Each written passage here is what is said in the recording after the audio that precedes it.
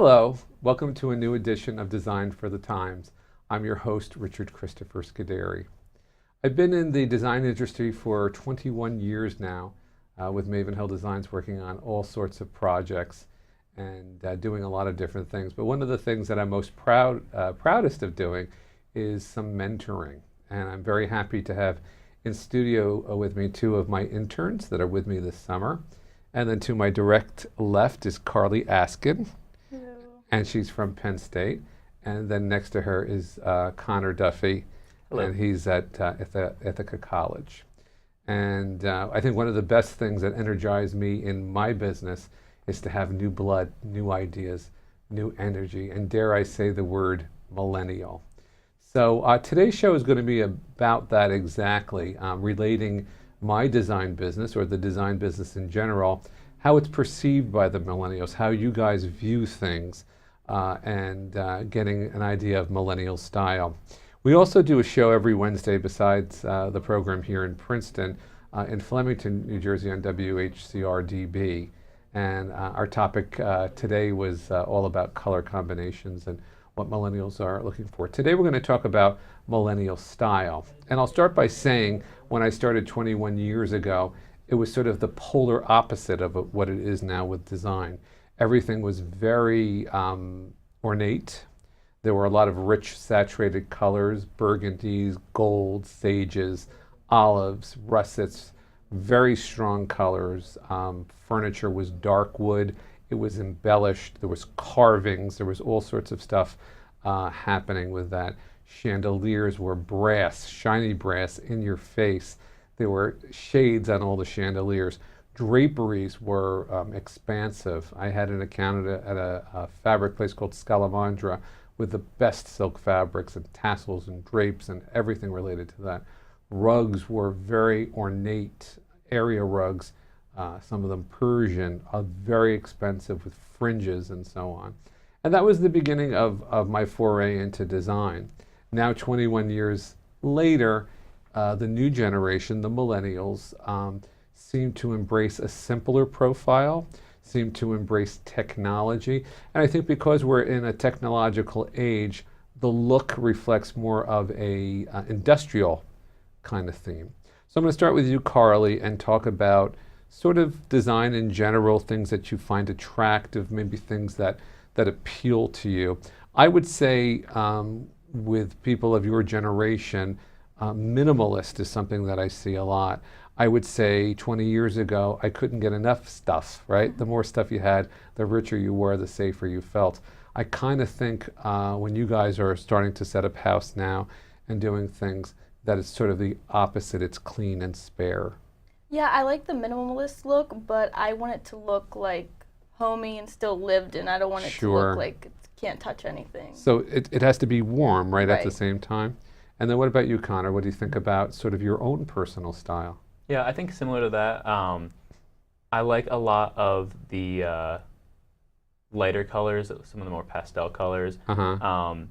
And while I do enjoy minimalist and more of an open concept design, I also appreciate having something seem lived in and homey. Warm. Mm-hmm. What do you think is probably one of the best things to sort of create warmth in a space? I think in modern times, wood, adding wood to a space. Back in the 1970s, everything was wood. And even up to the early 1980s, when somebody bought a new house, when they would put their trim, when they would do their molding, their shoe molding, their baseboard molding, and if they had crown molding, it was never painted, it was stained. And the look of wood was in the 70s. And now so many years later, the look of wood has returned, but in other ways. People are putting wood on the walls again.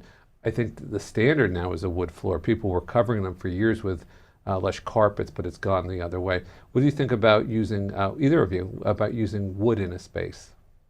I love wood floors. Mhm. I think it just looks really nice and open. Right. I'd like a carpet on them sometimes, but Sure. I think really comfy furniture too would make it. I don't want like a really Sterile. yeah.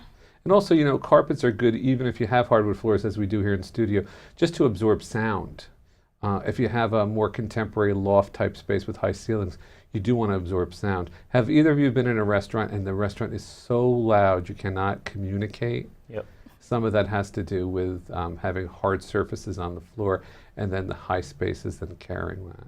What about you as far as, Connor, as far as wood surfaces, both on the floor, but also as a decorative element on the walls? Yeah, I actually really love wood. I think that it looks really nice on floors, obviously, but then Sure. at the same time, using it for decoration, for example, like wooden bookshelves, Right. I think are a great way to make a room seem more homey, more lived in, warmer.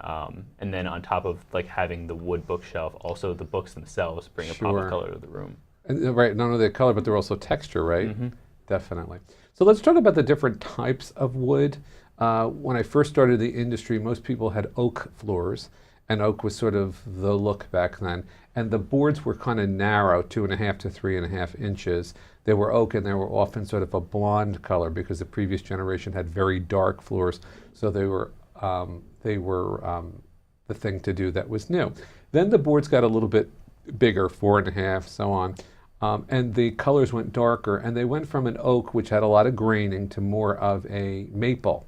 So maple became a little bit more popular. We went from sort of a blonde to sort of like a almost orangey, sort of like a flesh color or a darker wood. Still not dark, but a wider board. Then the wide boards came in. The really wide boards, rustic, hand scraped, if you remember that. Hand scraped, look, maybe it was a little before your time, but very rustic, very wide boards, and then dark. And then really dark came in. Jacobine and really dark wood floors came in. And then after that, there was sort of like, what should you do with your floor, because you saw everything. When the gray trend caught on, which we are still very much in gray, floors kind of took on like a grayish, brownish look. Now our floor in studio, which our audience can't see here, is sort of like just sort of a nice brown tone. But do you know what I mean when you talk about hardwood floors now that have gray in them? Have you both seen that? You go to wonderful storefronts or restaurants, and I know you work at a restaurant as well, there's sort of a gray look to a floor. And I'll ask you guys, because I've told you how floors change, the colors change so quickly. What do you think about investing in a floor now that has sort of gray tones to it? Either one of you can answer that. I like a more classic dark wood floor. Dark. Yeah. And do you think people of your generation, if they're going to say they want a dark wood floor, do they want like sort of a dark stain? Yeah. Dark stain. And then if you think about the floor, would they have like wide boards or medium-sized boards or little boards? I would do wide. Wide boards. Yeah, I don't see much of the small boards anymore. No, and dark. Yeah. Right. How about you, Connor? Yeah, I definitely stray away from the little boards. I definitely prefer either A medium wide- or wide. medium Probably or- more medium for me. Right. As far as that light gray wood floor, I feel like if you're going to do a wood floor, you should embrace the wood instead of kind of having. I feel like if it's gray, it'll seem a lot more faded out, not drawing as much attention, and it's And kind of then- defeats the purpose of the wood. And maybe not age so well over Yeah. time. Definitely. Mhm. Well, there is gray wood that's actual gray, but there's also a wood tone that has a little bit of gray in. Almost like the walls are grayish, which is a combination of gray or beige. You sort of see that in the floors, and they look very current and are very attractive. But I always wonder for the long term, if you're going to make an investment, if they should stick to something else like we see in studio, which is a slightly wider board, but not too wide so it's trendy, and stick in the brown tones. I think that's probably your safest bet. And I would say for both of you guys, styles now are a little bit severe, and they run from being kind of calm and to being a little bit sharp-edged. The years we're in now where they're a little bit sharp-edged, you do take the chance of having their lifespan be shorter. And when I decorated my home 13 years ago, I tried to make it very traditional, because traditional usually lasts a little bit longer. But I will tell you, 13 years into it, even traditional gets dated. Styles change, colors change, so you have to constantly be manipulating things. Let's talk about paint colors, something we talk about a lot, and we've had the Sherwin-Williams people on here on Design for the Times. We're going to have the people from Benjamin Moore here. What do you guys think about paint and paint colors, and what do you think about paint in general, Carley? I like paint. Whenever I do paint, I usually would stick to more neutral because it's safer and you can always change it with the different accents you throw in with it. Definitely. Just in general, not for paint colors, what is your favorite? Do you have a favorite color? It's pink. Pink. Yeah. Wow, that's great. We'll talk. You know, I should stop and talk about that because I see a trend towards pink returning. in a very modern way. And I'm so old that my first apartment had hardwood floors, and I covered it with a new plush carpeted pad that was called Blush. And Blush was not a girly pink. It was sort of the new modern kind of neutral color. And all these years later, I was in West Elm, which is like a Pottery Barn brand, a little bit younger and more hip. And I saw lots of like shag rugs and pillows, and they were all in this sort of this fleshy pink color, but very modern paired with gray. What do you think about that? I love that. Yeah. Yeah. Especially with the gray. Yeah, it's sharp, and it doesn't look dated. It doesn't look 80s. It looks sort of reinvented. But it's not like well, it is girly, but it's not like a juvenile pink. Yeah, it doesn't have to be girly. It's like very sophisticated, like a very much like a flesh tone color. So I do see a return of pink. What about you? Do you see pink coming back in a different way? Oh, 100%. Sure. If we're talking about like millennial styles, there literally is the color called millennial Millennial pink. You Yeah. knew that. Wow. The first time I always try to read up on things for both the TV show and the radio show, and I read, they say it was an article for Christmas time for decorating with non-traditional colors, and what was trending last year for Christmas was millennial pink. People would do a vintage white tree, or they would do a classic tree, and they would do it in millennial pink, white, and silver. And that was one of the things that was trending last year, which is kind of funny that you say that. Everything seems to be cyclical. It comes back again, but not exactly in the same way. What do you guys think about polished concrete floors? I was watching a program last night in the West Coast, and West Coast seems to be a little bit more modern than the East Coast, and they were looking at a townhouse, and the entire house had polished concrete floors. How do you feel about that? I think it could be a little rough. You'd have to have the right furniture and colors to make it not so like tough and hard.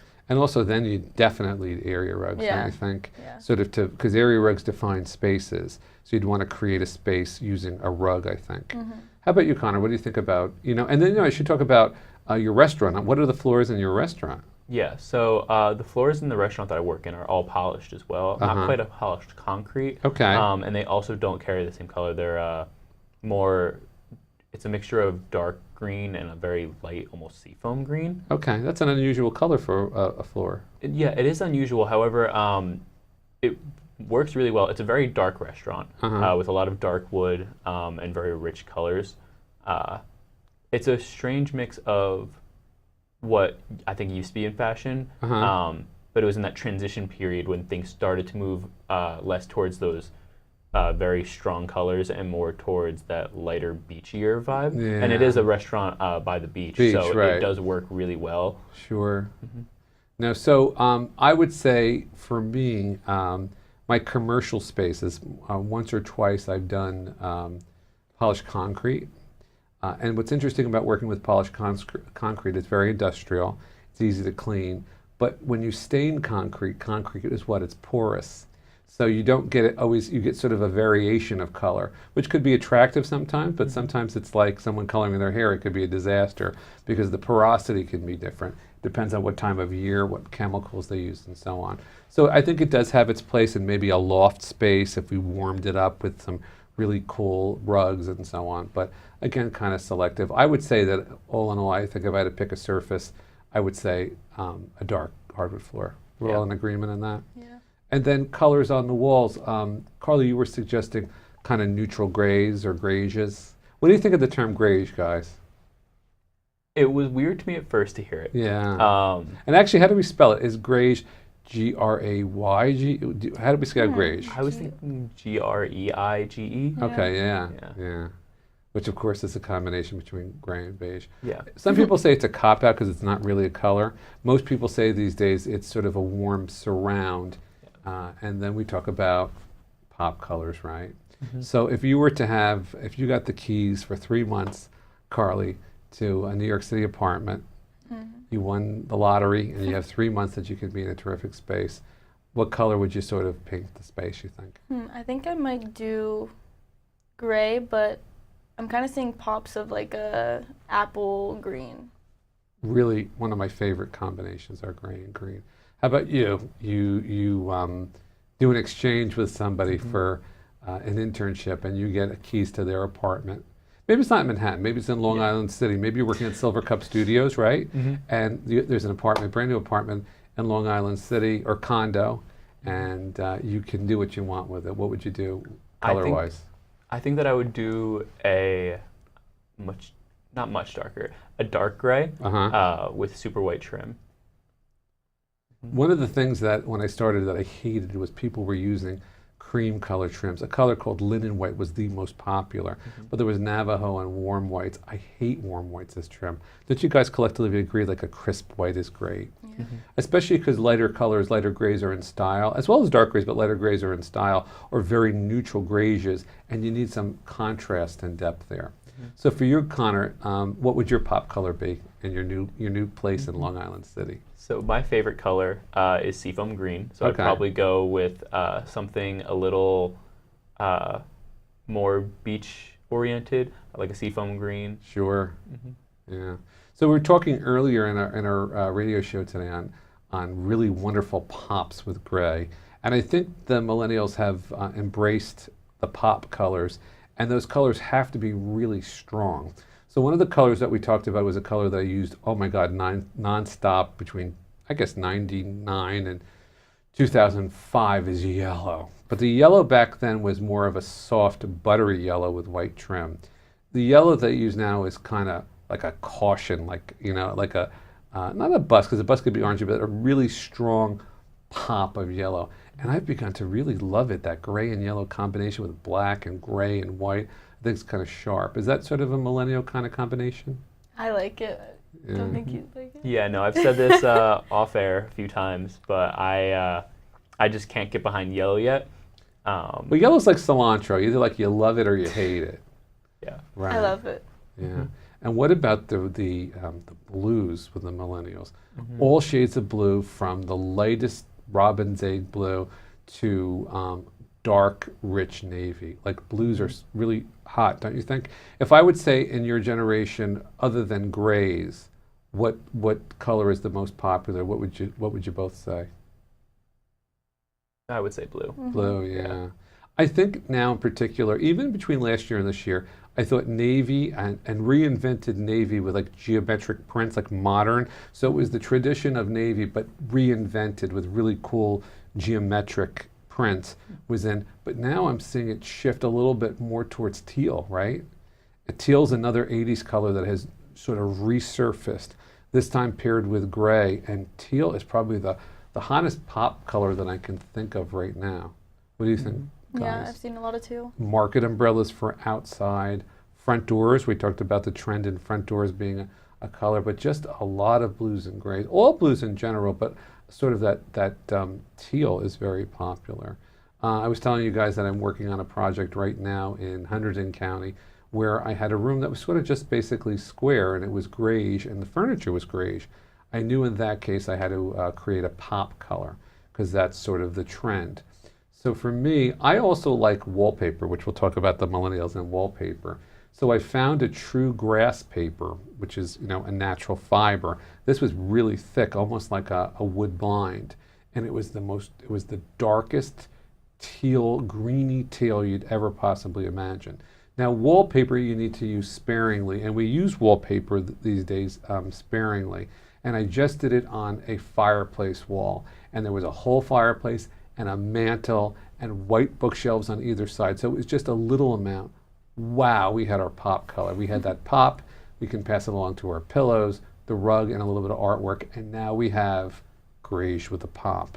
And I think, to me, that's sort of like millennial style. Less accessories and grayish with a pop, or gray with a pop. Yeah. What do you guys think about painting ceilings? Yay or nay on painting ceilings? I'll start with you, Connor. Colored ceilings, I should say. Yeah, I was going to say painting ceilings is... It's a must, right? Yeah. Otherwise you have unfinished ceilings. Colored ceilings, I don't know. I think it depends a lot on the room. Right. It's a very situational thing where it's something you could mess up very easily, but if it's done right, it could look really good. Cool. What about you, Carley? I think it's a commitment. I think it's like overlooked. I think that could be really the pop, the ceiling. You don't think of it like that. I usually use a color called Kendall charcoal, or just a soft black in a matte finish, and that sort of has that industrial feel. Does that appeal to either one of you? I think that the problem with that is if you have a loft space, is that in a loft space, the ceilings are so high, it's a way to bring it down a little bit. But if you have an 8 or a 9 foot ceiling, maybe not so much. Now here in studio, it looks like they're maybe grayish or off-white. What would you think if that was black now? It would give you a very different feel, wouldn't it? Yeah. Definitely. Some people feel that black brings things down. Other people feel that black sort of opens it up a little bit. There's sort of like night sky kind of a look. Other color trends that you see that the millennials pick? Pops. I'd say orange. Yeah. In the March issue of Design New Jersey magazine, I renovated a contemporary home back to its roots. It was built in the early 1980s, but had sort of been changed with like the 90s to that traditional. You see those houses where the decor doesn't match the architecture. So I came in 2 years ago and sort of grayed everything, did new tile and all shades of sort of grays and grayish, and then pick a pop color. And my client said, my favorite color is orange. So we started with a charcoal gray outside, which is really cool. We made a garage door that was kind of linear, and we stained it sort of an orangey kind of stain, and then a new front door that was painted bright orange. Now, orange is a color you want to use what? Probably sparingly, right? Just little pops of color. How do the millennials perceive sort of orange as a pop color? I think orange is great, but I think it's still underrated. I think it needs to Yeah, come I don't know around. I don't know that people have fully embraced orange, but those that do, it's great. Now, Connor, it's also a good restaurant color Yes, it is. because oranges are supposed to invoke appetite, and orange is a great popular color. Also, if you're going to do the industrial kind of look with the grays, and then you add some wood to that, orange and wood have a natural synergy together. Definitely. Let's talk about something that I think is technology, because I think millennials decorate with technology in mind. Let's talk about lighting, because you know what? You could make a room look as beautiful as possible, but if you don't really see it in the right light, is it beautiful or is it not beautiful? Let's talk about with you guys about lighting that you've seen that you like. I think there's so much new about lighting. And lighting, I think, for your generation is becoming much more of a statement. Whereas I think when I was starting out, people had a chandelier, right? That's what you did. Or you had maybe recessed lights, maybe 6-inch cans of recessed lights, or a flush mount fixture, but nothing really to denote style. Now I think lighting fixtures themselves are becoming their own style because everything is sort of simple, less stuff, neutral. Yeah, I like to have a lot of different types of lights in a room. You can change the mood, and I think a lot of millennials like to change the color of the lights too. So LEDs, Yeah. and then like strip lighting, or Yeah, that's really popular, hang on the walls, but I like lamps and stuff too. yeah. I think lamps bring a warmth. I think you have to actually have a combination. When I go into a new space, I really like to do cans or recessed lighting because they're sort of just unobtrusive and then flush. But sometimes in addition to that, you need to create some warm light and so on. Now, I know you have definite ideas about lighting. Tell me some of the things that maybe inspire you.